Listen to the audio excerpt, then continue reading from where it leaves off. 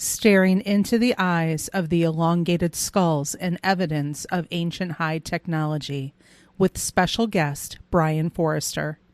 Episode 13 of the Michigan UFO Sightings and Paranormal Encounters podcast. It's not a good day to be a bad guy. Welcome to the Michigan UFO Sightings and Paranormal Encounters podcast. Coming to you from the glacial dumping grounds known as the Michigan Basin, I'm Michelle. And I am Wayne.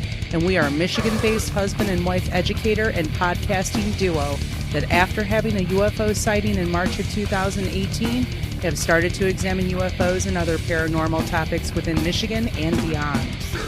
Topics include UFOs, the paranormal, conspiracy theories, ghosts, alternative history and archaeology, cryptids, and all things strange and paranormal. So sit back, grab a drink, and come along with us on this journey down the paranormal rabbit hole. Hey everybody, we're back. Hey everyone. Welcome to episode 13, and we got a great interview for you today. Yep, the official number 13. Scary number 13. But this is going to be a great one. I was going to say it's not Friday the 13th.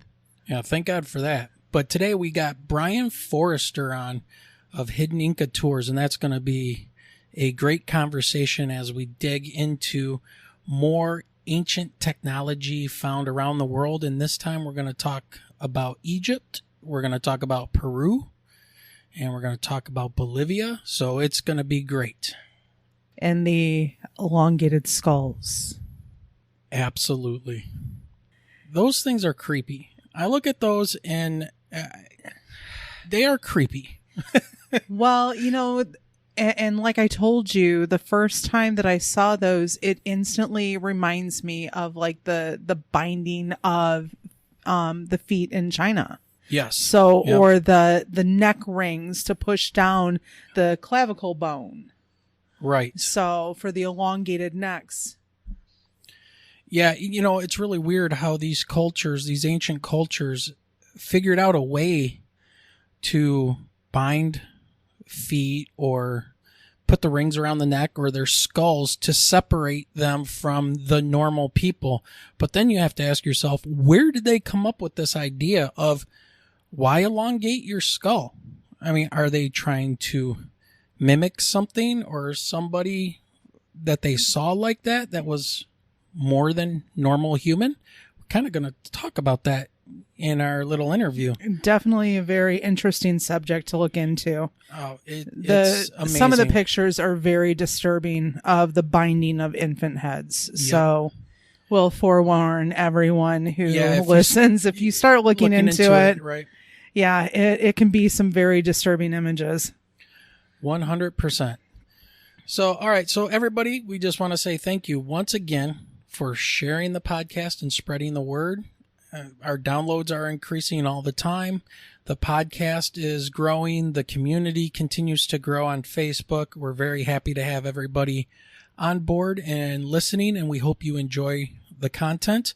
We are getting ready to go back into school mode. Actually, this Monday, we start our teacher in service. So we're it's one of those things whenever you say school, it's like, I want to be with the kids. I don't want to be with all of the drama and the politics that are going on right now. Yeah. It's crazy, crazy times. The times that we're living in right now with this, I'm just going to say the coof and, parents and children and administrators and school boards and all of this stuff. And I'm really kind of tired of the drama and the hyperbolic reactions of people. Masks, no masks, this, that, vax, non-vax. You know what? I just ignore it anymore. I know what I want to do for myself. I'm trying to take care of myself the best that I can.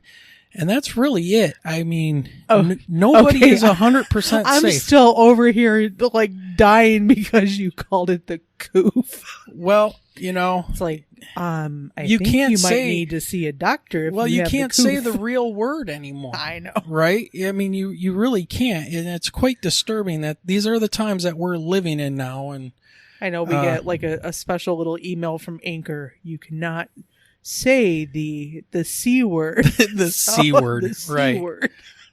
The hard C word. Oh, Lord. Okay. I mean, so anyways, yeah, these are bizarre times, and honestly, it's very difficult for me to get excited about stepping back into the classroom with students, but we're going to give it a shot because that's what we do. Good old 2021. Can 2022 be any better? We shall see. But besides our stories, we want to make sure that if you have a story that you would like to tell, we would like to talk to you. Absolutely. You can reach out to us at mi.ufo.podcast@gmail.com. Send us a brief summary of your experience and we'll contact you to discuss things further and try to get you or at least your story on the podcast. Yes, absolutely. It's been a quiet couple of weeks, and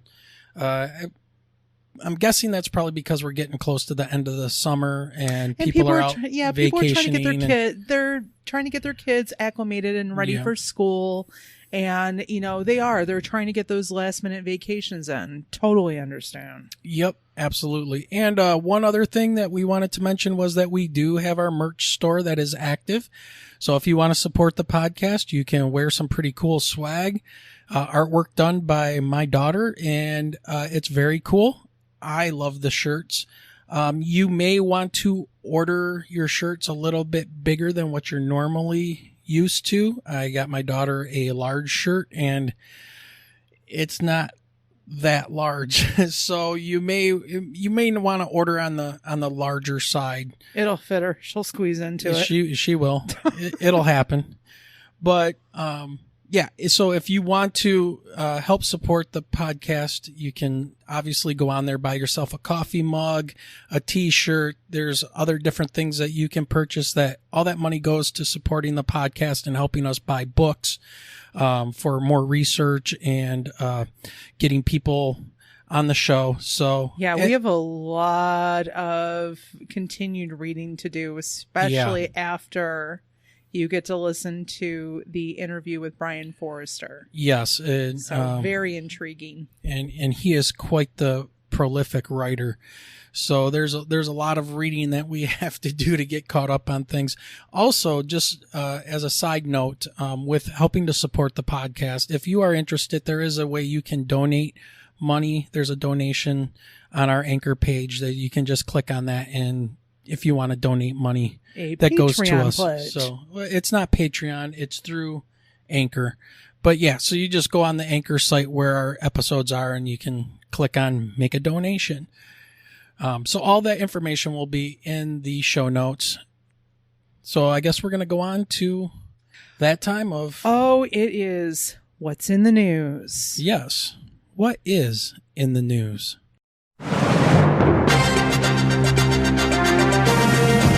Okay, so I don't know how many of you out there turn into the History Channel and watch Skinwalker Ranch. Ooh, I love Skinwalker Ranch. So, but when you stumble upon a news title that says, I bought a paranormal property, and it's about Skinwalker Ranch, even though the article itself is a few months old, it still is definitely a worthy read and look into it. Absolutely. I love the idea of Skinwalker Ranch. I know there's been a lot of paranormal stuff that's gone on for some time, and I can tell you I am working on getting some people on the podcast to talk about Skinwalker Ranch, and that's going to be awesome. I think realistically, you're looking into a time that you can travel out to Skinwalker Ranch. Absolutely. That's what I thought. So the article says, 5 years ago, I entered a world wherein the concepts of interdimensional doorways, wormholes to distant worlds, and interstellar spaceports were a regular part of the conversation. Even though I was a skeptic, having nearly personally seen a UFO, a ghostly apparition, a luminous orb, or any other paranormal event of these kinds, as a real estate investor, I was naturally intrigued by the opportunity to purchase and to personally explore a piece of what was referred to by some as interdimensional real estate. I suspected the most likely outcome would be that my findings would debunk any paranormal claims. The journey that led to my purchase of a paranormal hotspot, one that has garnered significant attention and been studied by governments and private groups of scientists and researchers alike, began over a decade ago, when I established relationships of trust with scientists involved in the domain of speculative physics. Little did I know at that time that these individuals were science advisors to the elusive aerospace billionaire Robert Bigelow, or that these individuals would subsequently extend an invitation to engage in a discussion regarding the mysterious 512-acre property in northeastern Utah known as Skinwalker Ranch. I remember my nervous curiosity as I flew into Las Vegas to meet personally with Mr. Bigelow, to tour his impressive facility, and to discuss the acquisition of the infamous property. As I was escorted by security personnel into the large compound, the Bigelow Aerospace facility conjured to mind a James Bond villain lair, complete with full-scale models of space stations and highly secure laboratories. Impressive doesn't quite convey what I saw. After visiting with Mr. Bigelow and his team of scientists, I became more intensely curious than ever. I still believe that there was likely to be a perfectly natural, prosaic explanation for what has been claimed for decades, including UFO sightings, daylight cattle mutilations, orbs, and unexplained, sometimes troubling phenomena. But the prospect that this mysterious ranch could potentially serve as a living laboratory, one in which I might study and personally contribute to the rigorous documentation of such claims, captured my interest on a very profound and personal level. Well, yeah, I mean, I would want to definitely buy that property too. Absolutely. Boy, is he in for quite the awakening. So, Mr. Bigelow had purchased the property years prior in 1996, following news reports alleging that the family who had owned the land had been terrorized and were being menaced by paranormal phenomena on the ranch. There were claims that prized cattle were being dissected with surgical precision and drained of their blood, and that the family, like others in the area, were witness to bizarre things on the ground and in the skies above. After flying in to inspect the property and to strike a deal with the family to acquire this apparent epicenter of so many strange events, Bigelow had installed his own team of scientists to study the claims of phenomenology by any and all means at his disposal. By 2008, Skinwalker Ranch had caught the attention of former Senator Harry Reid and officials from the U.S. Defense Department. They visited the ranch, and afterwards, Bigelow became part of a classified program to investigate the possibility of such phenomena, known as the Advanced Aerospace Threat Identification Program. Oh, hey, tip. Yeah, imagine that. My own first visit to the Skinwalker site took place just days before closing on the purchase. I arrived via helicopter to inspect the ground for myself. As we hovered over the property, I was struck by the diversity of the landscape and natural beauty on display. Well, yeah, it's Utah. Utah's gorgeous. Including a brilliant multicolored mesa plateau with caves, abandoned homesteads, meandering waterways, and what appear to be several guard towers surrounded by high fencing with razor wire. Upon touching down in the field outside of the main ranch house, we were greeted by Mr. Bigelow's armed security and soberly escorted on a tour of the entire property. Among the more curious and memorable sights during that first visit were what appeared to be animal remains deliberately hung on the fence perimeter bordering with the surrounding Native American land. We then discussed the history of the property, including the claim that a curse of some kind had been pronounced on the land as a result of conflict between Native American tribes. The legend suggests the property is placed squarely in the path of the Skinwalker. In Navajo culture, a Skinwalker is a shape-shifting demonic witch or other entity. Such were the stories connected to the property of which I would become the principal steward. Yeah, and I just want to add, if you want to learn a lot more about the history of actual skinwalkers and what the conflicts between the Native American tribes that were going on, you need to head on over to the Brothers of the Serpent podcast and check out their episode on Skinwalker Ranch. It is fascinating, and it has a ton of information there to help kind of put into context what was going on between the Native Americans and how skinwalkers were used and how they were created and how they were eventually hunted down by the Native Americans too. There were actually Native American witch hunts that took place. So definitely head on over to the Snake Bros and check out that podcast. So he says the first 6 months of my ownership of the ranch were relatively uneventful, with exception of my newly installed security personnel capturing photographic and video records of unusual objects that we were unable to identify hovering over the land in broad daylight. I remained skeptical, naturally, as to their nature, but also curious and cautiously open-minded. Even to a pragmatist, it appeared that something quite unusual may indeed be happening on this property. And then one day in the autumn of 2016, my outlook on the ranch and the narratives bound to it completely changed. I observed with my own eyes what I believed to be a flying saucer in broad daylight just above the mesa. As I traveled eastward, returning along the dirt road from the western extreme of the property, with multiple witnesses at my side. From that point forward, installing an appropriately instrumented observational scientific surveillance program became the top priority in my stewardship. Absolutely. Get that on camera. Yeah, you need all kinds of evidence. But just to go back to the episode with the Brothers of the Serpent, their episode number 205 is on the legends of the Skinwalker, and that is with Marty Garza. So get over there and check them out. So he goes on to say, people often ask me, are you a believer? My honest answer is no, I am an experiencer. I don't believe per se, but I believe what I saw, and I am convinced that we continue to witness unusual activity that I cannot personally explain. Others are interested too. Now, this is interesting because, Demi Lovato has been working on her own investigations. So the award-winning rapper, singer, and producer Post Malone visited Skinwalker Ranch in February of 2021 and was given a tour of the property.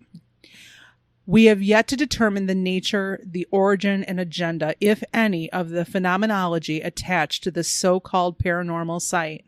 And the validity of UFOs and paranormal activity in general remains to be proven real. But my team and I are convinced that we are encountering activity at Skinwalker Ranch that is unusual and not easily explained. My perception of the world and universe has been forever changed by my experiences.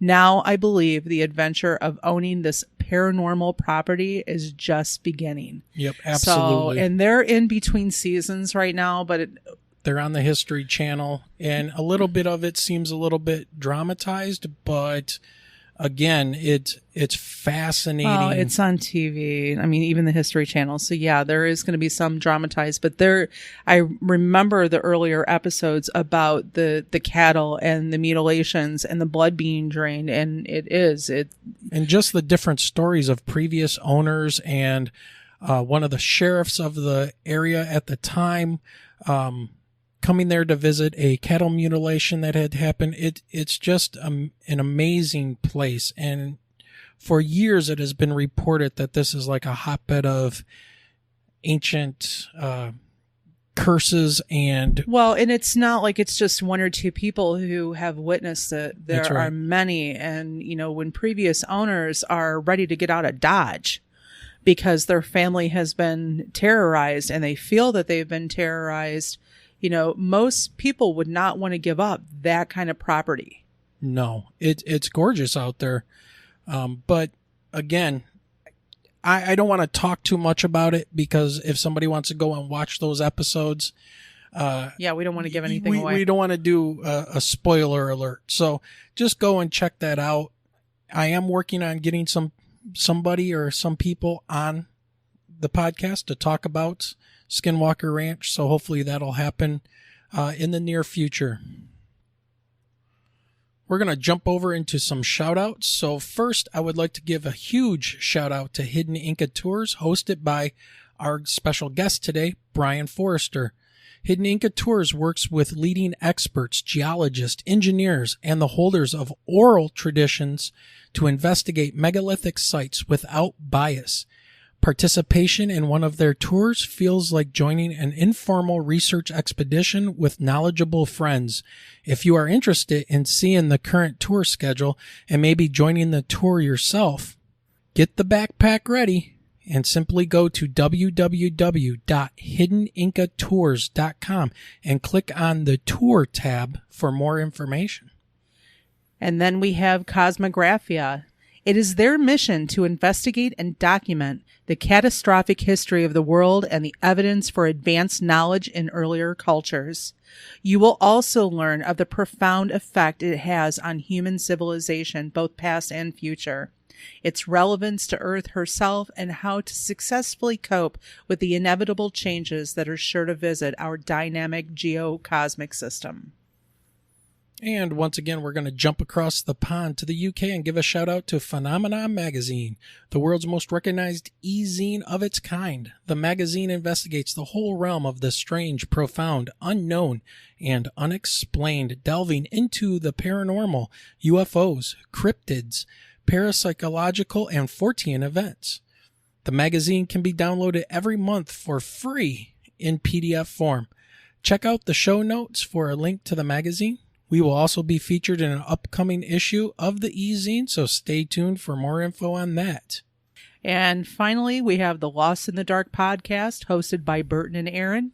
This is a pretty cool podcast that bills itself as an attempt to capture incredible conversations between best friends as we explore all our passions, but especially music and the world of heavy metal. So if you're into paranormal investigations and loud heavy metal music, give them a listen. Strong language, but it's heavy metal and the paranormal. What else would you expect? All right, Michelle, I think it's time for us to take a little break. What do you think? Yep, just a little bit of a break. Enjoy the tunes, folks.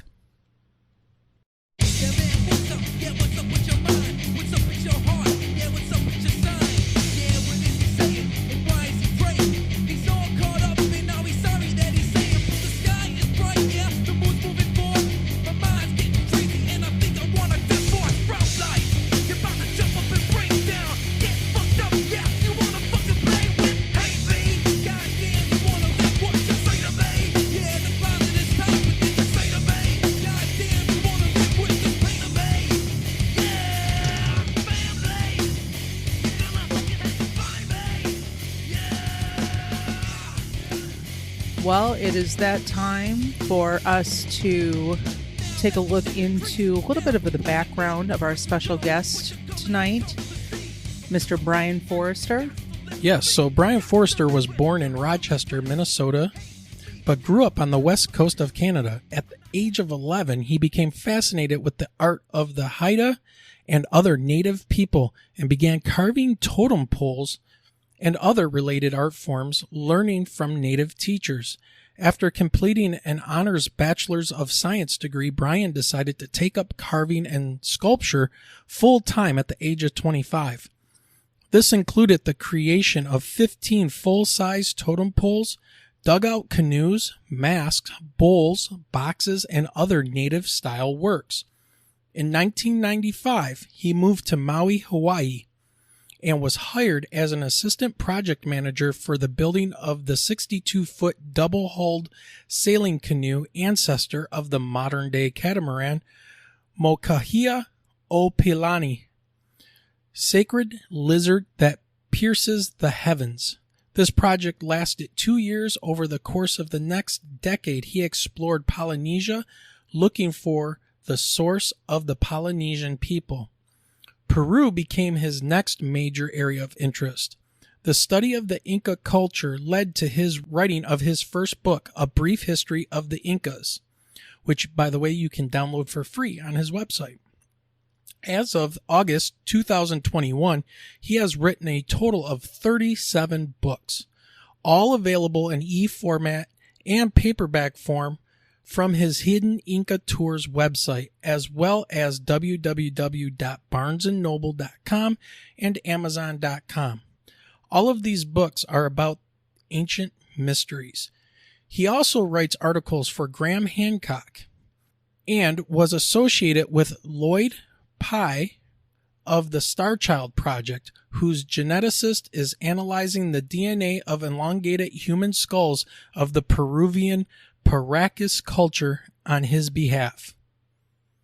He counts amongst his colleagues Stephen Mailer, author, archaeologist, ancient Egyptian oral tradition specialist, and expert on crystal skulls; Christopher Dunn, engineer and author of the Giza Power Plant; Dr. Robert Schock, geologist and expert of ancient Egypt; Hugh Newman of Megalithomania, who he co-sponsors tours with, L.A. Marzulli, and many other well-known alternative authors and researchers.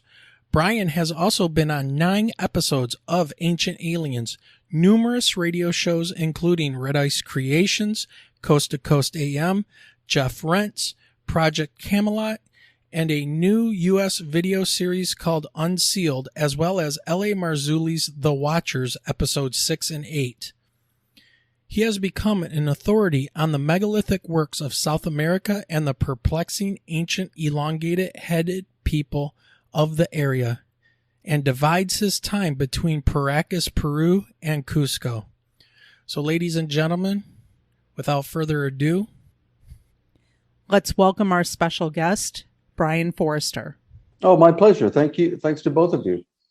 We're very happy to have you on as we continue our trip down the rabbit hole of exploring ancient high technology and catastrophic ending to the last ice age, which may have wiped out a very advanced civilization. We're trying to get to the bottom of this, and I'm sure we'll get all the answers taken care of in this interview. So we'll be good to go.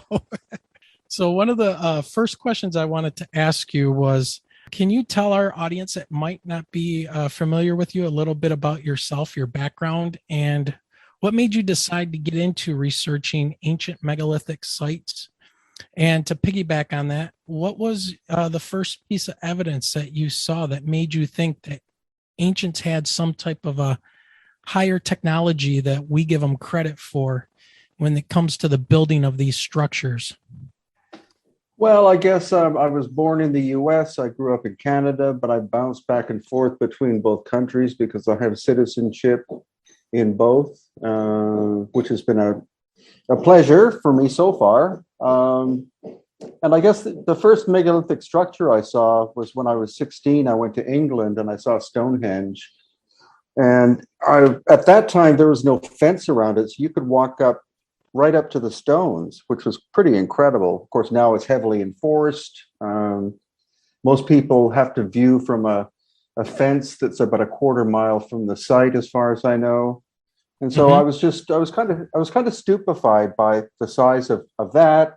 And growing up with National Geographic, looking at photographs of ancient sites in Egypt, especially, yes, very much impressed me. So I've had a chance to be to Egypt for the last 9 years, and and of course I live in Peru, so I'm able to visit ancient megalithic sites here more or less whenever I want to. So that there's the more that I look at these places, the more I see obvious evidence that there were very advanced civilizations involved in their original construction, which did not involve, as we were saying earlier, copper chisels or anything like that. Right.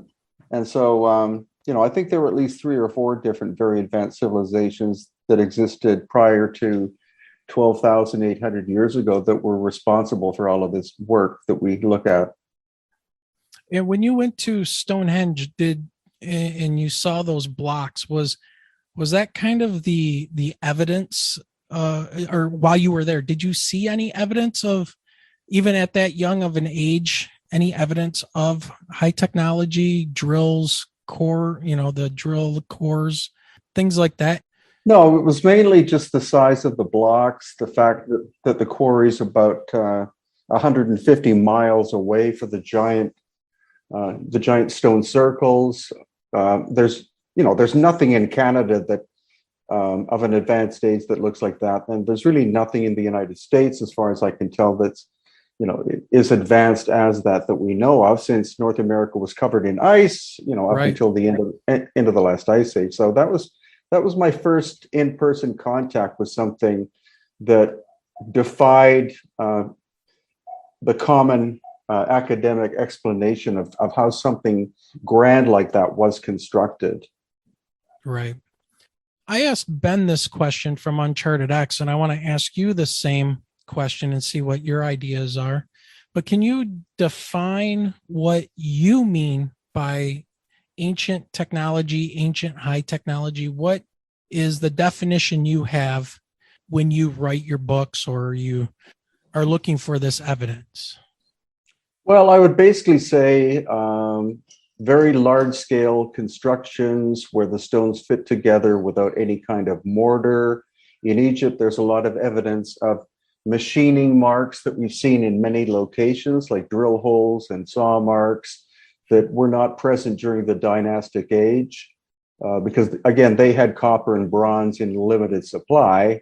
And we're looking at cutting that would involve 21st century technology at the least, if not more advanced. And then in Peru, of course, you have the polygonal constructions where the stones fit together. Each one's a different shape and size. I've been there with a number of engineers and also stonemasons, and none of them can explain how a lot of that work could be done today. So that it defies all academic evidence that we have been presented since childhood. Yeah, those sites down there with the polygonal rocks, the boulders that are put together, they look like they were fashioned almost to lock together that the way that they are, and there's no mortar or nothing in between them that hold them in place.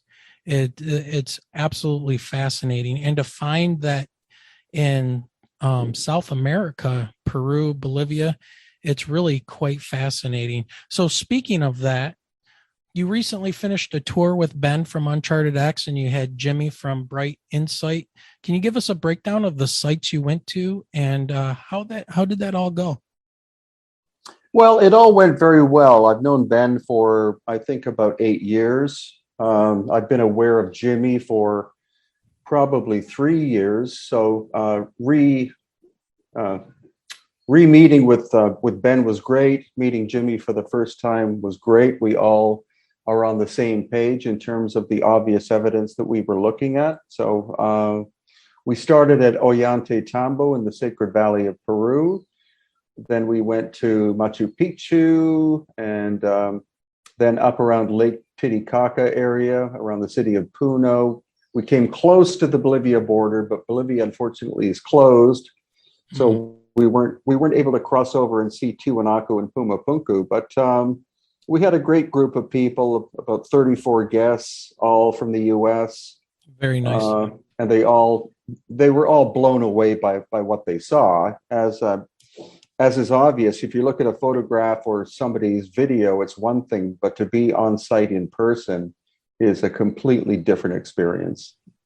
Yeah, there's a reason why they call these megalithic sites, because they're absolutely huge, and I can't wait to get to some of these places myself, because you look at a picture, and when I worked with geologists and things like that, and I was in school, you take a picture of something, but you also put like a tool or something in the picture so you can get a scale of the boulder or the rock you're looking at, and you take that photograph, and maybe you set a hammer, some type of a chisel, a little ruler, and then you snap the picture of whatever object you're looking at.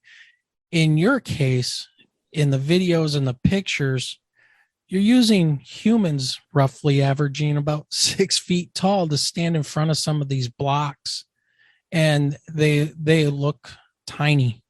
And these are up in the mountain. What kind of elevation are you dealing with when it comes to like Machu Picchu and those types of sites where these things were built? Well, Machu Picchu is at about 9,000 feet. The city of Cusco is 11,300 feet, and Lake Titicaca is 12,500 feet above sea level. And those rocks and boulders that they used, were they quarried or were they transported from one place to another up these elevations? Yeah, it depends on the site. In the case Okay. of Machu Picchu, all the stone is white granite, and it's from the mountain itself. Okay. With Ollantaytambo, the quarry for the red granite is across the valley and on top of a mountain. So that's and there's no real trail that goes to the quarry. So that's pretty profound. And in the case of Pumapunku, the red sandstone is from about 9 miles away, and the gray andesite is from a quarry 55 miles away on top of a volcano. So not as profound as in Egypt, but still, those are pretty big distances, and would take incredible coordination in order to be able to pull something like that off. Not the result of a relatively technologically primitive society, coordinating activity to pull something like that off. That's insane to think about them moving. Not only are they moving them down a mountain, but then they have to take them up. And I mean, my wife and I go to Lake Tahoe, which has an elevation of 6,000 feet above sea level on average. And, you're winded the first couple days you're there just walking, a mile. And these people are moving heavy stones and blocks of rock up and down mountains. And to me, that's a big piece of evidence that there was something else going on. Mm-hmm. So one of the questions I also wanted to ask you was, do you think you could give us an overview? Well, you kind of did, of the megalithic sites, but perhaps a timeline that would help us place in our minds when these megalithic structures were built, and then when the Maya came in or the Inca came in, and when these things took place. Well, we know that there was a series of cataclysms during what's called the Younger Dryas period, around 12,800 to 11,700 years ago. And, that transformed the planet very rapidly in very profound ways. And so what we believe is that all of these major megalithic constructions were done prior to that time. We don't know precisely when. The conventional story is that civilization rose about 6,000 years ago, but what I believe is that was a renaissance of society, that humanity came back from a very dark time period. Probably the original builders were wiped out and left no evidence of their existence except for the megalithic constructions. But we're talking about approximately twice as old a civilization as we know it, if not older. And how do the Mayans and the Inca then play into those megalithic structures? Well, what I believe is that the Inca capital, called Cusco, was first founded by the Inca approximately 1000 AD. They moved up from Lake Titicaca because they were forced out by some tribal people called the Aymara.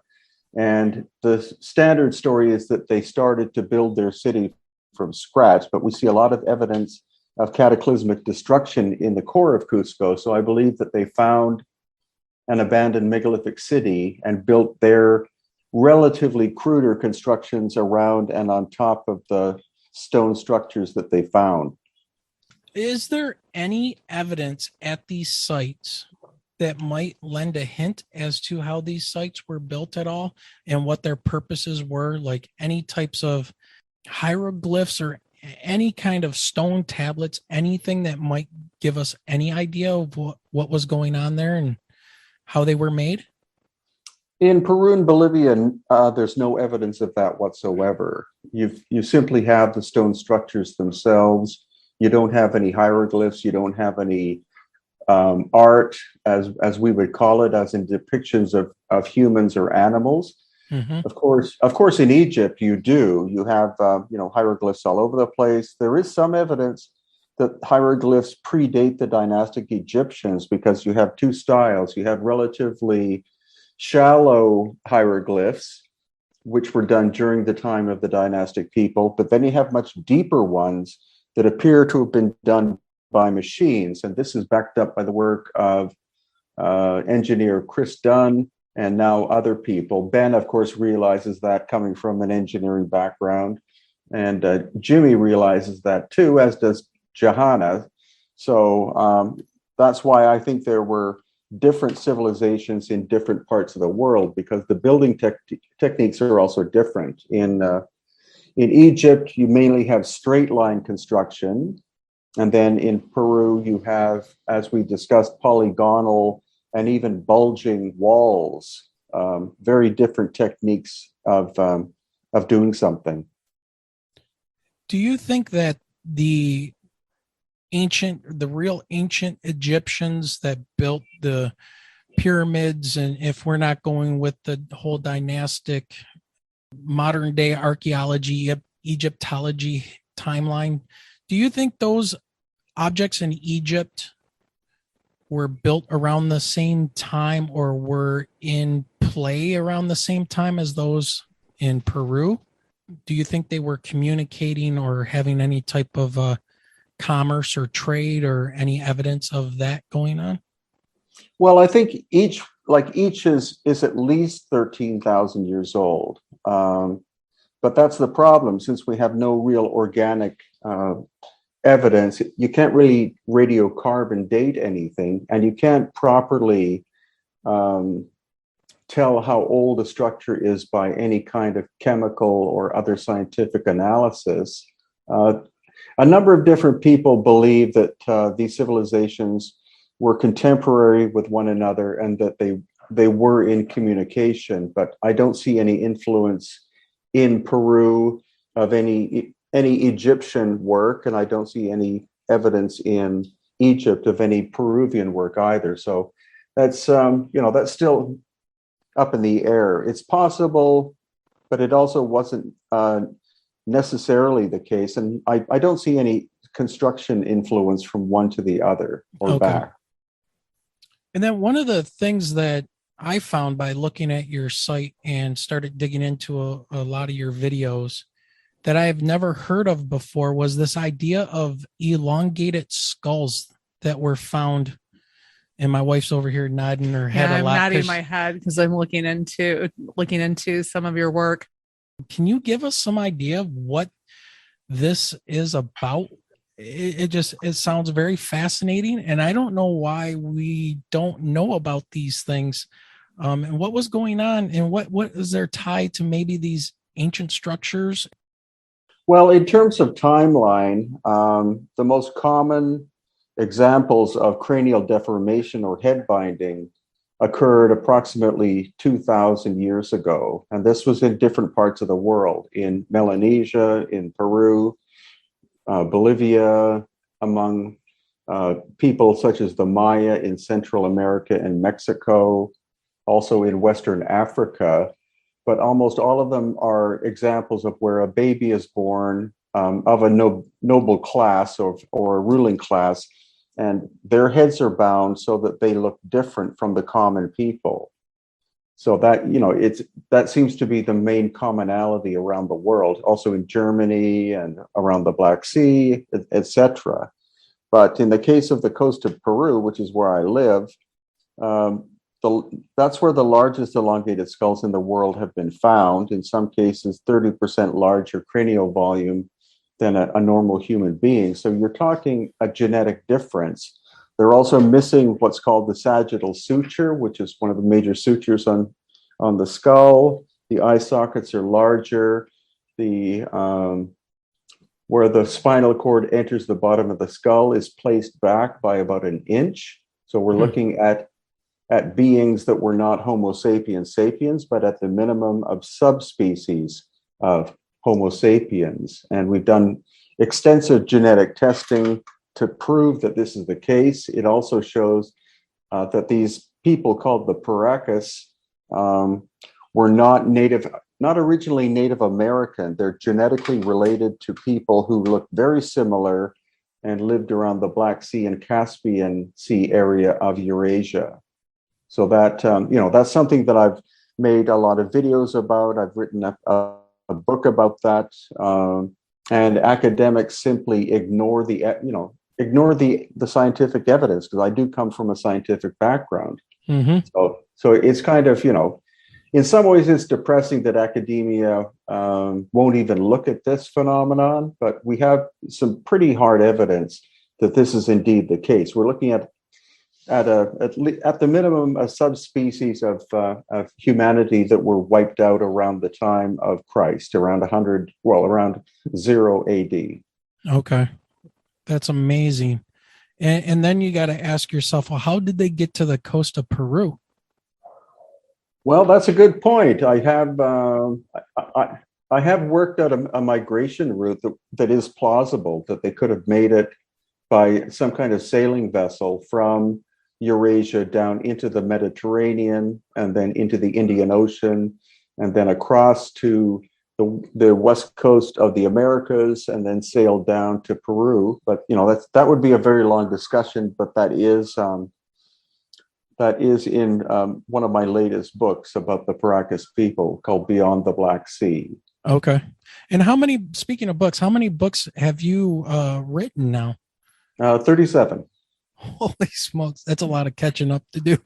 I got a lot of reading to do. I got way too much to catch up on. So genetically, they are a subspecies of human, and they're just being ignored.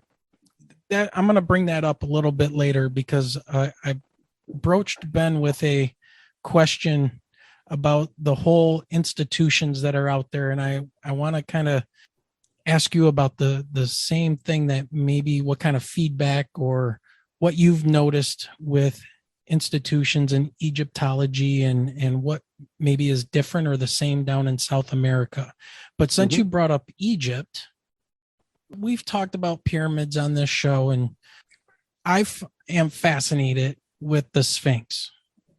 And I noticed in one of your presentations, you were taking a video and a group through, and you were showing them where there, and I've heard the rumor of a chamber underneath the Sphinx, and you were showing people where there was a ladder off to the side of the Sphinx, I believe it was, and it was kind of covered and hidden.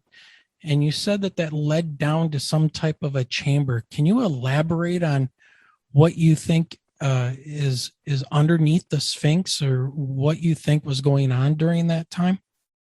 Sure. There are at least 3 openings to the Sphinx. The one that you're referring to is near the back end of okay, at the rump of the Sphinx. There's a grate that's about 1 foot by 2 feet that has been put in place there due to recent repair work. And if that grate accidentally falls on the ground, then you can look inside and you see a metal ladder that goes down. What distance, I'm not quite sure, but to have a metal ladder inside what is obviously a hollow structure means that it has to be relatively extensive. And 2 of the major Egyptologists, whose names I won't bother to mention anymore because it's kind of taboo, but they're the 2 most obvious ones. Supposedly, when this repair work was being done, and they took a block out and they saw that the interior was hollow, they draped a tent around that area and went inside for supposedly 3 weeks exploring. Maybe 8 hours a day. And then when they came back out after 3 weeks, they held a press conference and said they hadn't found anything, which is clearly stupid. But then also in between the front paws of the Sphinx, there are some wooden planks. And I used to do construction. So I noticed that there was a large section that could be taken out. And I was told by our guide at that time that is the access point to the underground system under the Sphinx. And because, you can take this, what basically would be a trap door, and open it and then go enter it. And so that supposedly is where the so-called Hall of Records would be located.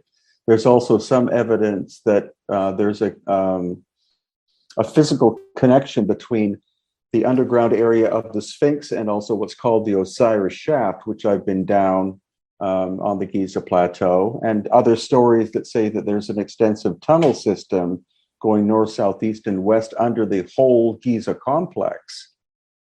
Yeah, I was just going to ask you about the Osiris Shaft. What was your experience there? And can you give us any kind of idea what you think the function of the Osiris Shaft was? I've been told that they had found down at the bottom 4 obelisks, and in between those obelisks was one of those giant black boxes, and they removed it. And then it's all flooded down at the bottom, and they removed the obelisk as well. Or maybe they left the box and took the obelisk, or one or the other. But what was your experience, and what do you think the Osiris Shaft is? Well, the Osiris Shaft is very curious. It's only been open to the public for about 3 years. You have to pay $2,500 to rent it for 2 hours. So we do that with a group of people. It's 3 levels. You go in sideways underneath the causeway to, I think, the second pyramid. And then you go down a ladder into a chamber. And that descent is about 30 feet. And so you're in a room that's about 30 feet by 50 feet, as far as I recall. Then you go down another ladder, almost 100 feet, to the second level. Inside there are 6 niches and what's left of 2 boxes that honestly look like they exploded from the inside, because it doesn't look like somebody took a hammer to them to chip away at them. They're in 3 or 4 pieces. And then the third level goes down another 50 to 60 feet into a relatively small area. But as you said, it's flooded with water. And if the obelisks were truly there, they were removed by the Egyptologists, but there still is a box that weighs in the region of 50 to 60 tons, made of granite, most probably, or maybe even dacite, which is more or less in the center. And I know that because a good friend of mine who was on a trip with us the first time we entered the Osiris Shaft, he was walking around on top of it. So the lid is still on top of this big box. I may be going in October with Jimmy. And so if we get a chance to go down into the Osiris Shaft again, I want to, I'll take my shoes off and roll up my pants and see if I can walk around in the water a little bit and climb on top of that box. But what its original function was, I honestly have no idea. But the whole thing is carved into the bedrock. So it was obviously done on purpose. It must have taken an incredible amount of effort. And again, it's only accessible if you pay quite a significant fee. But I do believe that there are side tunnels that connect up with other tunnels underneath the Giza area. So I've been doing a little bit of digging into Christopher Dunn, and the pyramids were a type of a power plant. Something was going on there, and he has some different ideas. Where do you fall in? Do you think that these structures in Egypt were part of a large power conduit system? And what evidence makes you think this? Or if you don't think this, why not? Yeah, I was very honored to travel with Chris Dunn on my first tour of Egypt. He was the leading character. I was brought in because of my work in Peru. So I very much respect Chris's work. I believe that the original pyramids were not necessarily power plants, but they were energetic structures utilizing the energy of the earth itself to concentrate energy. And that then this energy was transmitted to the obelisks, which of course are giant 1 block or 1 piece granite constructions.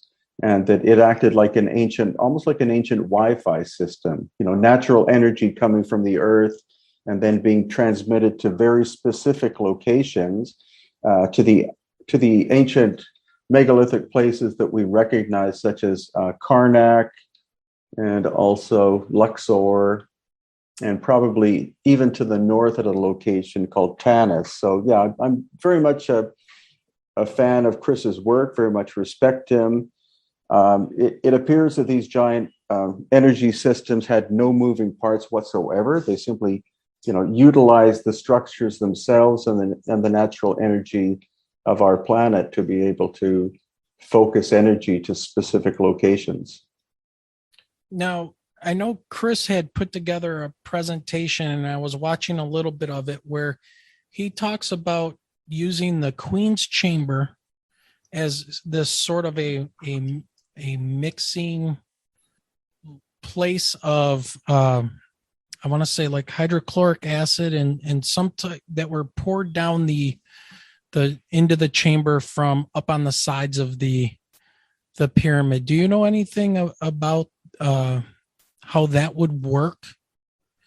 Yeah, well, actually, it's easy for people to look up Christopher Dunn's work on YouTube, where he explains his theory about that. I honestly think it was a much simpler process. I don't think liquids were involved.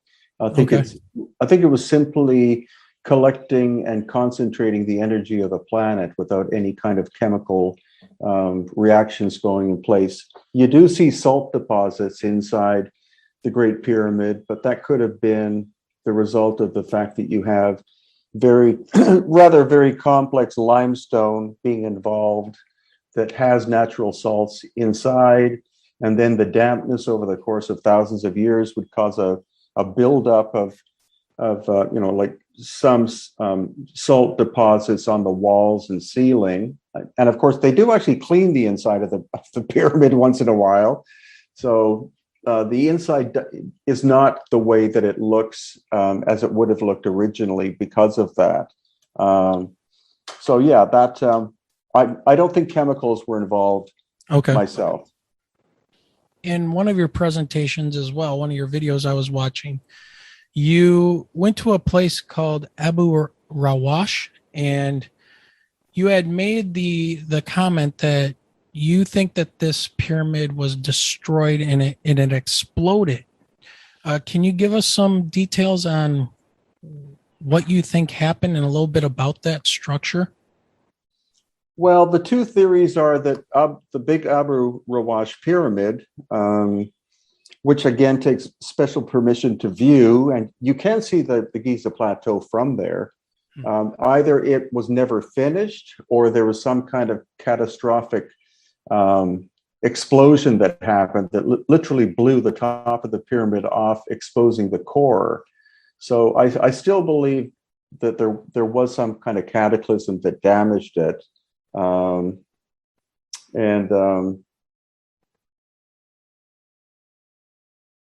Yeah, I mean, it's kind of unique. The interior of the Great Pyramid, it appears that there was an explosion inside the King's Chamber as well that moved some of the big granite blocks, something like half an inch or an inch.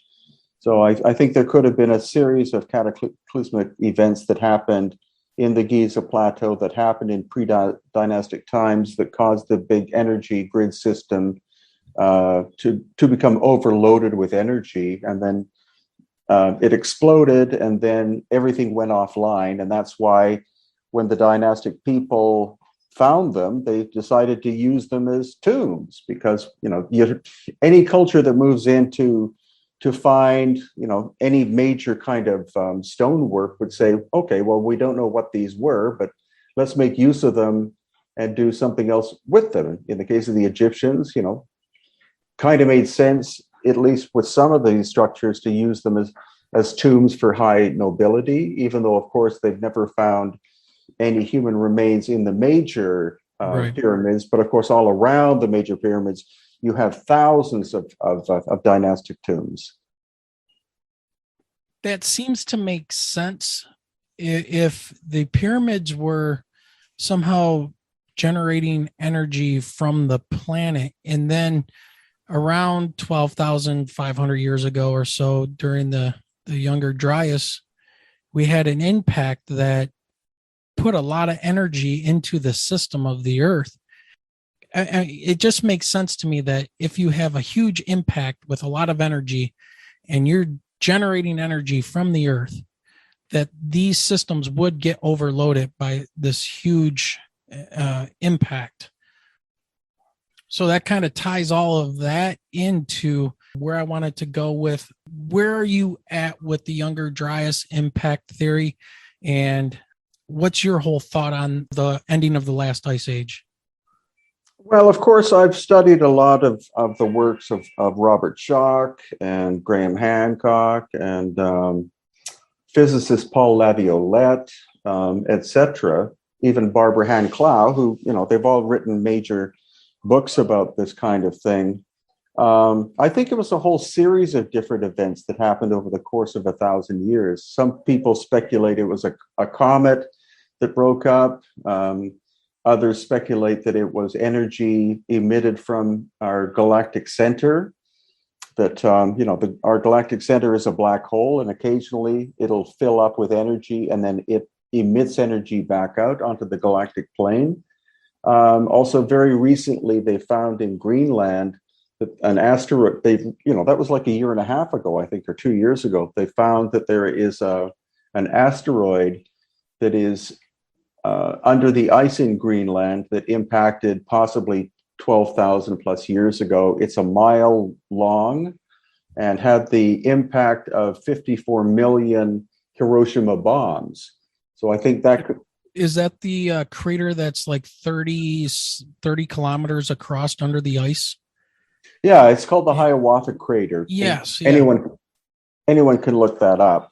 So I think that size of an impact could have resulted in the very rapid melting of the ice sheets, especially in North America, causing sea level rise of 400 feet in two very short pulses of time. And, rising sea level like that would have put a lot of pressure on the crust of the earth. That would have triggered volcanoes. It would have created massive earthquakes and all sorts of events. It would have buried advanced civilizations that lived anywhere near the coast. That would bring up the possible Atlantis concept, etc. So it could have even destabilized the axis of the earth. So I think that's a possibility. That would have been globally devastating. It would have wiped out the majority of anyone who was alive, and we have more and more evidence that did happen. Yeah, it's quite amazing, the evidence that's coming forth now with the nano diamonds and the black matte layer that they're finding that shows that there were these impacts and huge fires, ravaging the planet. Yeah, it's quite a different story than, what I was taught with, the ancient megafauna was, chill, kill, or ill. So they either froze to death or they were hunted by humans, all 180 different megafauna species, or they all got sick and died. So little bands of humans were wiping out mastodons and the short-faced bear and, saber-toothed tigers because, well, that's what they did. And I couldn't buy into that. Yeah, well, especially in the course of in 1,000 years, you have all the megafauna wiped out. Yeah. That couldn't have been done by little, hunter-gatherers, because when you look at the photographs of a human being compared to some of these animals, how many spears would it take to take one down, let alone millions of them? Exactly. I would think that humans were probably more of a prey animal back in that time than they were the top of the food chain. Mm-hmm. With their little addles, trying to, well, I guess one of the theories was that they would stampede the mastodons and mammoths off of cliffs or something along those lines. It never made sense to me. And it was kind of one of those, well, shrug your shoulders. That's what we got and that's what we're going with. And I don't have any other ideas and I really don't want to partake in any more ideas. So, have a nice day, go to your next class kind of a thing. And Mhm. it just, which kind of brings me to my next little series of questions I wanted to ask you. And it's about this pushback, whether it's politically or from these institutions and people, trying to protect what they believe to be true or what they've been taught. And they're kind of like these gatekeepers. So I had heard, and I think it was Russell Brand had said this, and it kind of stuck with me. And I said, this would be something provocative to say to get some kind of conversation going about what we see with things. And his observations was that institutions have at their prime function self-preservation, be it economic, financial, corporate, scientific, political, or anything else. So with that being said, with where you go and what the work that you do and things like that, have you had any pushback or dealings with these gatekeepers of knowledge or people pushing back on you for your research at all? I would say more than anything, my work has been ignored, as has Graham. I mean, Graham Hancock has had to put up with decades of abuse from academics, attacking him in the press, etc. He's the one who's taken the brunt of all of that. Fortunately, I haven't. I've simply been ignored.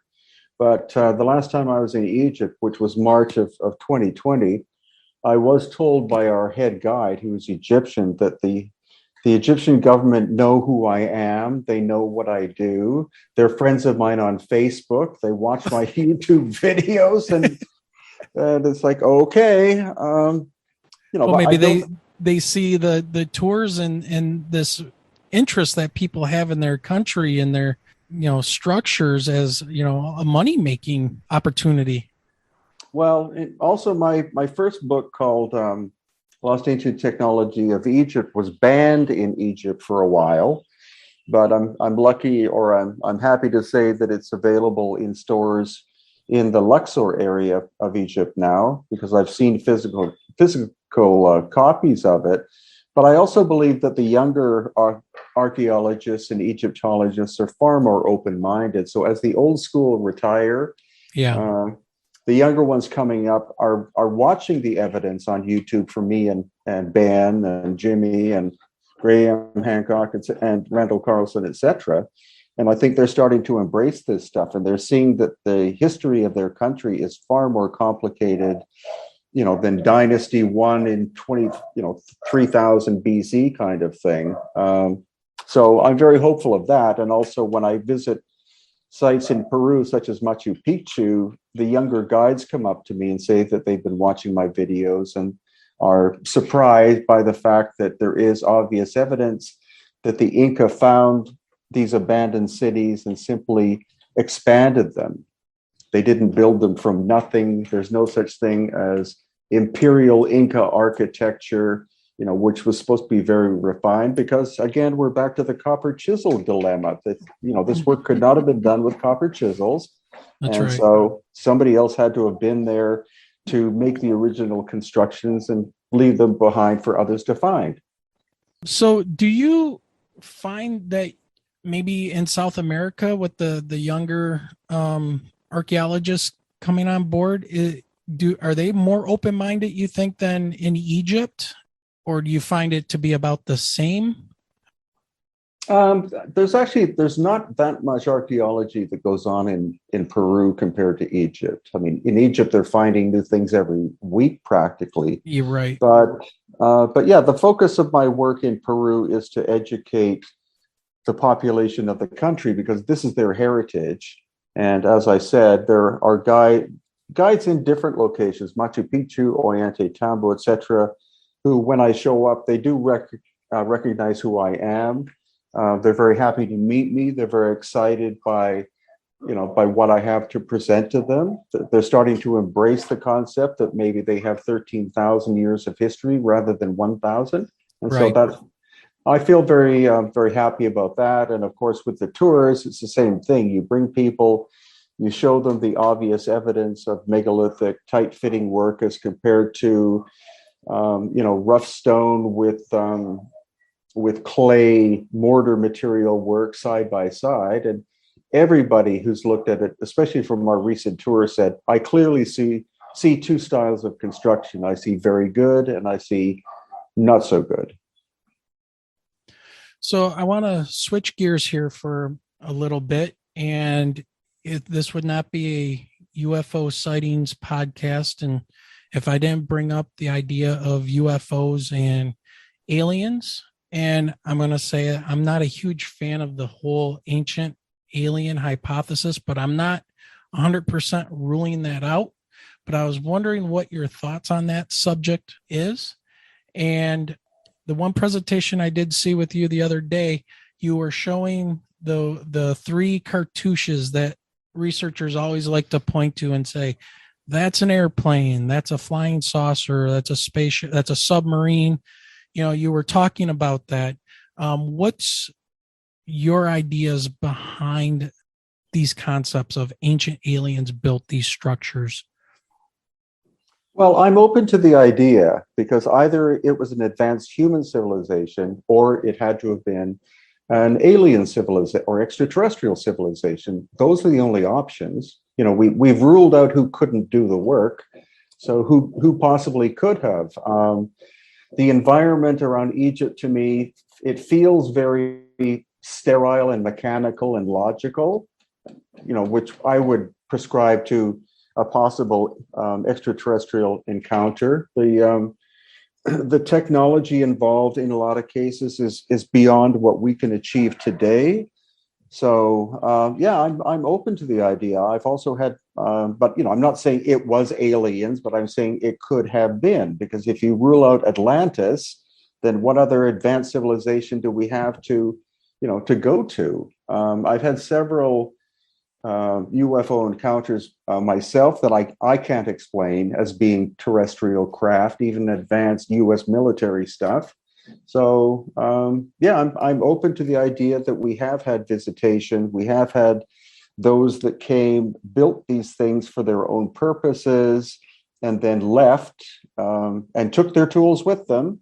And then, you know, they were discovered by civilizations that we understand. And were used for completely different purpose. You know, in general, these ancient structures were used for so-called spiritual or religious purposes, but that might have nothing to do with the original functions themselves. The original function was probably beyond our capability at this point. We can speculate, we can theorize, but we simply don't know. So, Brien, question for you. You said that you yourself have experienced, you know, sightings. Was that in the U.S.? Was it Canada or Peru or other? The first one was on Maui, on the side of Haleakala Mountain. Okay. And that was a metallic craft that was about 200 feet long, that wasn't moving fast enough to be an airplane. It wasn't in the proper airspace. I saw it for about 10 minutes. It didn't have any windows. It didn't have wings. It didn't have a tail. You know, these are the things you think about. You don't think about what is it. You think about what isn't it. You know, it's not a plane. It's not a helicopter. I also got this feeling in my solar plexus that was, you know, kind of disturbing, because I was looking at something that I couldn't put in any kind of box. I couldn't say it's a plane or it's a this or it's a that. I don't know what it is. And then all of the other sightings I've had have been in Peru, here on the coast, and then up around Lake Titicaca and in the city of Cusco. Those mainly were what one would call orbs, like light objects that were circular, that moved under the power of some kind of intelligence. And that there was a very concentrated period of about 3 years where I had, I think, about 8 sightings of these orbs, sometimes 1, sometimes 12, that again, I got this feeling in my solar plexus that this is something that I can't explain. Fortunately, my wife was able to observe a number of them with me, so it's not like some cuckoo guy sees something and nobody else does, and you never get a photograph of it. And of course, people always say that, did you take pictures? And it's like, you don't think about taking a picture. You look at what you're Exactly. looking at, and you just want the event to keep happening. On average, these events have taken about 10 minutes. But yeah, I'm thoroughly convinced that what I saw was not from any government, that we know of. Okay. Yeah, that was it's one of the reasons why my wife and I kind of started this whole podcast, was because in 2018 we had a sighting here in Michigan, just north of Detroit, and it was I would say anywhere from 200 to 300 foot down each side, a flying triangle, and it was basically moving extremely slow above the ground, and you could just barely make it out, but it had the three like glowing lights in each corner. And both her and I, and thank God she was there when I was driving, it was very late at night, and yeah, it's like she was there with me, so we know what we saw. And it was huge, and it turned as we got on the expressway and started heading south. It rotated, and everything in my scientific mind, in my aviation background mind, in my military mind was like, and I had that feeling in my solar plexus too, was like, okay, fight or flight. I don't know what this is. I've never seen it. I'm stuck on the road. We're just going to keep driving, keep your eyes on it. And it was like adrenaline. I had no idea what I was looking at, and it broke every rule of science that I knew. And then to see this huge object rotate and then go parallel with us along the expressway, we go down into this lower area of the expressway and we come back up and it's just gone. And yeah, it was insane. And then that kind of led to us starting a Facebook group and people joining it, relating their stories to us. And then, it was just kind of like, maybe we should start talking to people about this and see. And then next thing we know, there's the UFO report, which I kind of want to get your ideas on. What do you make of that report from the U.S. government? I mean, it wasn't much, 6 or 9 pages, but on UFOs and UAPs. Well, again, this is, what they're calling disclosure. And so it's good. It's good that, fighter pilots are seeing this stuff and they're being filmed seeing this stuff. So I think disclosure is very slow, but it is happening. The concept that extraterrestrial ships are going to land on the White House lawn are, completely asinine, or Right. The idea that they've come to talk to the president. It's Right. like, I think they simply want to be observed by those who are sensitive enough to observe them and have the guts to be able to speak about it, which of course is what you've done and what I've done to a limit. I don't want to talk about the stuff too much, but I want to state what it is that I saw and I experienced to an intelligent audience, open-minded audience. So I believe that, finally we are having disclosure happening. It is trickling, and it's good that there are conferences that go around that are around the world. Like I go to one in California once a year, where this is openly spoken about by, you get a grouping of about 5,000 people there who have all had experiences. And I think as time goes on, with the use of cell phones and with the use of high definition cameras and the internet, etc., that all of this is going to unravel. I don't think there'll be some brilliant, one announcement that'll do anything, but this trickling of energy or, of information coming out is a very healthy thing. Yeah. Yeah. Yeah, I agree. I mean, we've had 60, 70 years in this country of, cover-ups and demonizing people, and, where the media is on board with, covering things up and ridiculing people left and right. But now that they've officially came out and said, we don't know what these are, give us some more money to investigate, but they've been investigating this stuff for a while, and they've run a very effective, disinformation campaign, in my opinion, through the media of this country. And it's great that people are starting to come forward and talk. I totally agree. But my dad was a former pilot, and they were told never to talk about things like that, or you would lose your job. They would think you're crazy. You're going for a psych eval. So they found ways to keep people quiet. And that's really disheartening that they would do such things. But I am glad to see that there is this change going on. Some ending questions here. And speaking to that, of all the places you've been, have you ever gone into a place that had just this a supernatural or a creepy vibe to it? Something you would maybe, I don't know. I guess you would feel like, I don't want to be in this place. It just giving you a bad feeling. No. I know that I just spent time with Jimmy of Bright Insight. He went into the Osiris Shaft and found it quite spooky, but I simply find these places fascinating. So coming from a scientific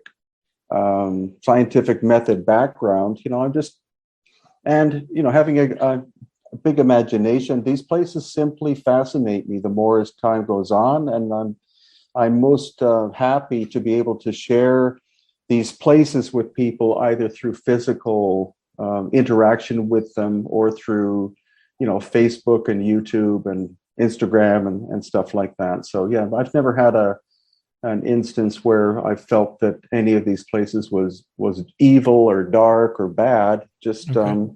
mysterious.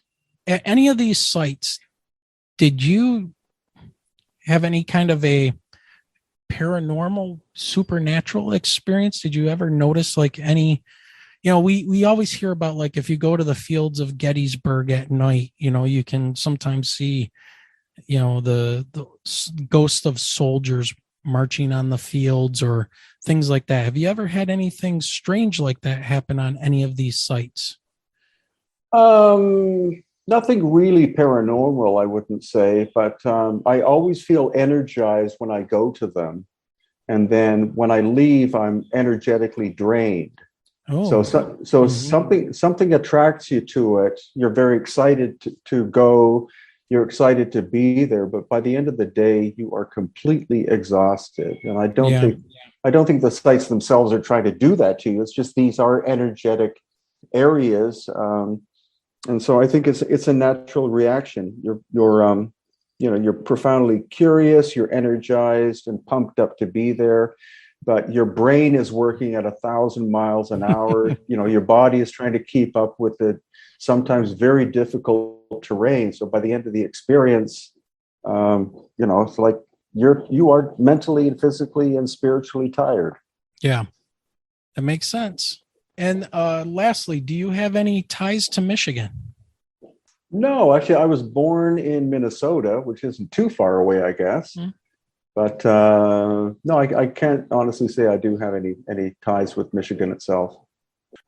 One last question. If there's somebody who's new to learning about some of your videos and things like that, and they haven't heard anything about ancient technology and an alternative history, the Younger Dryas impact theory, those kind of things, and they came to you, where would you tell them to start with your material? Well, my YouTube channel has 1,950 videos on it now. Some are 60 seconds long, some are an hour. Yeah. So there is, you can, with my YouTube channel, you can type in a keyword and see what pops up. Also, my website, which is Hidden Inca Tours, is the same thing. There are books, there are videos, there are photographs, there are all sorts of different things. You just type a keyword in and the right things will pop up for that. But I would also definitely recommend that people look at, some of my associates' works, as we've been discussing, such as Graham Hancock and Ben of Uncharted X and Jimmy of Bright Insight and others who are working relatively hard in this field. We're hoping to have Johanna James with us in Peru next coming August. She's not allowed to leave England at the moment, but also the work of Randall Carlson is absolutely brilliant. The older work by Robert Schock, the older work by Robert Boval, etc. I mean, the great thing is there's a growing number of people who are looking at this stuff and documenting it and seeing the same, we're all seeing the same thing, basically. So we're reinforcing each other's work. And that's very hopeful for the future. Well, it seems the evidence is really directing you guys, and it's good to see people following evidence. And it seems like, you, Ben, Jimmy, Randall, you guys are all coming from different angles, but the evidence is leading you guys all to the same place, which is fascinating. And to me, that means that there's got to be something to this. So any big things coming up in the future that you want to let our audience know about? Sure. I may be going to Egypt in October with Jimmy. Then I have a big tour of Peru and Bolivia in November. And then we may have a tour in Mexico looking at megalithic stuff in February. Nice. Then we definitely have a big tour in Egypt again in March. Hopefully the Grand Egyptian Museum will be open by then. And June of next year, hopefully Contact in the Desert will be on, not as a virtual thing, but an in-person thing, because I'm hoping this whole virus thing goes away, yeah. which I think it is. So that's more or less what I have lined up for now, and the next year. Your website that people can find out more is hiddenincatours.com. That's correct. So yeah, everybody, if you want to find out more information, you can check out his YouTube channel, which I will link in the show notes, along with Hidden Inca Tours. And maybe you can sign up and go on some of these and have a blast. It sounds like it would be incredible. I hope soon I'll be on these tours as well. I wanted to get out to the Channeled Scablands with Randall and the Snake Bros from Brothers of the Serpent podcast, but it's not happening this year. So, Brien, it has been awesome having you as a guest. Thank you very much. I know you're probably still tired from the tour you just did, so we just want to say thank you, and it was great having you on. Yeah, we appreciate you coming on the show. Okay, my absolute pleasure. Thanks to you both. All right, take care. You too. Okay, after that discussion with Brien and looking into the Hidden Inca Tours, how cool it would be to actually go and see, Machu Picchu and the Incan remains, the elongated skulls. Okay, those images, I'm telling you, because I know that most people will go to Google Images. If you look, go ahead and go to Google Images and check it out. Go to Google Images and look.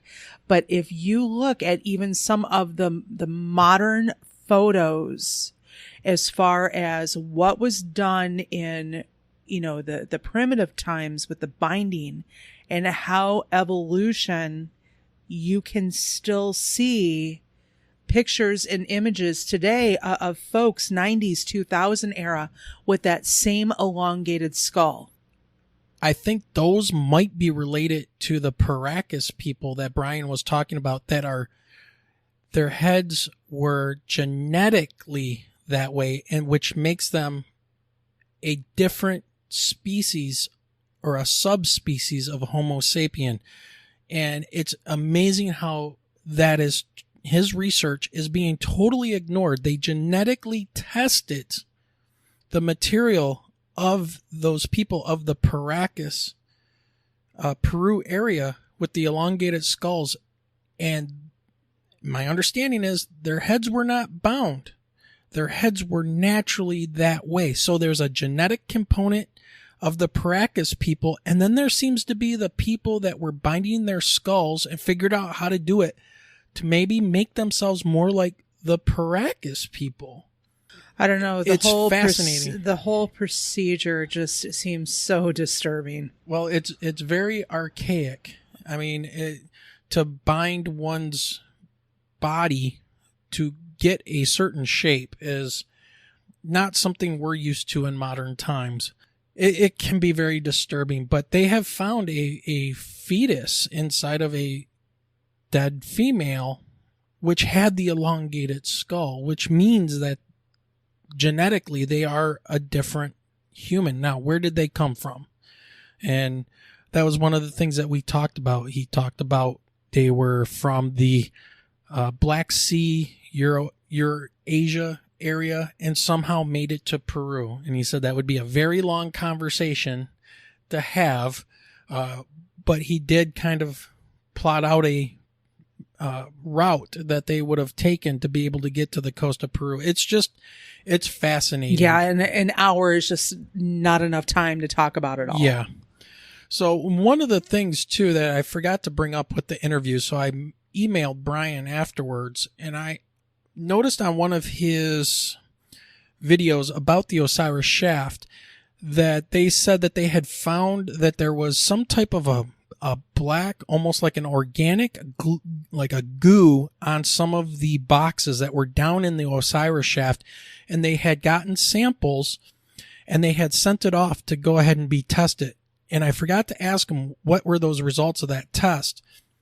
And so I did email him, and his response to me was that the black goo appears to be a modern petroleum product used to grease the pumps in modern day excavations. So if they were using mechanical tools to dig the Osiris Shaft to open it up to people for exploration, which I'm guessing that's exactly what they did, then these things leaked in that area.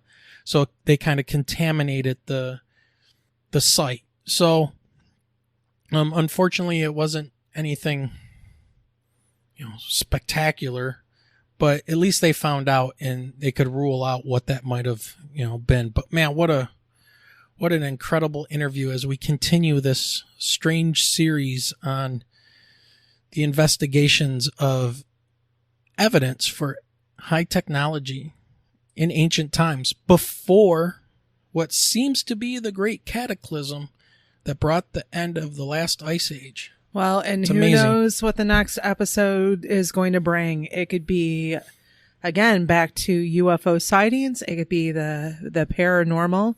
It could be just about anything. I know. Soon it's going to be October. Yeah, maybe we can get into some ghost Yes. stuff. Ghost stories. Well, we got our feelers out there, and we're looking for some guests. So And it'll be happening. Don't forget, if you have a story, reach out to us at mi.ufo.podcast@gmail.com. We would love to hear your stories and talk to you.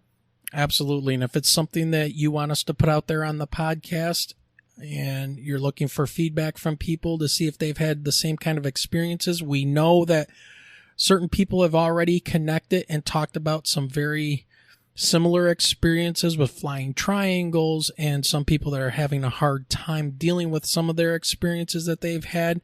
So please, Sometimes it's a good thing to network. yes. It's a good thing to network. Just having somebody to talk to share your experience with, and have us put it out there for you. We'd be more than happy to do that. And if it can help you or help anybody out there, we're more than willing to work with you and get that information out there and your story out there.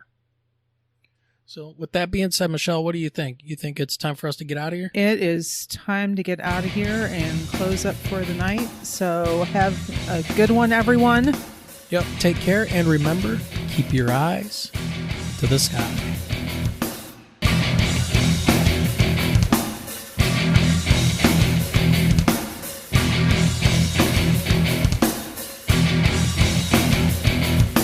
You have been listening to the Michigan UFO Sightings and Paranormal Encounters podcast.